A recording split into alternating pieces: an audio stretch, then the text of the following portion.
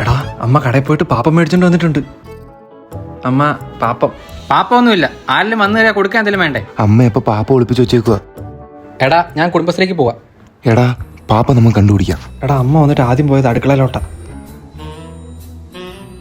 ഇവിടെ ഇല്ലടാ. പിന്നെ അമ്മ പോയത് കോഴിക്ക് തീറ്റ കൊടുക്കാനാ. ഇവിടെ ഇല്ല. പിന്നെ അമ്മ പോയത് ബെഡ്റൂമിലോട്ടാ. ഇതെന്തുവാ? എന്തുവാ ഇവിടെ?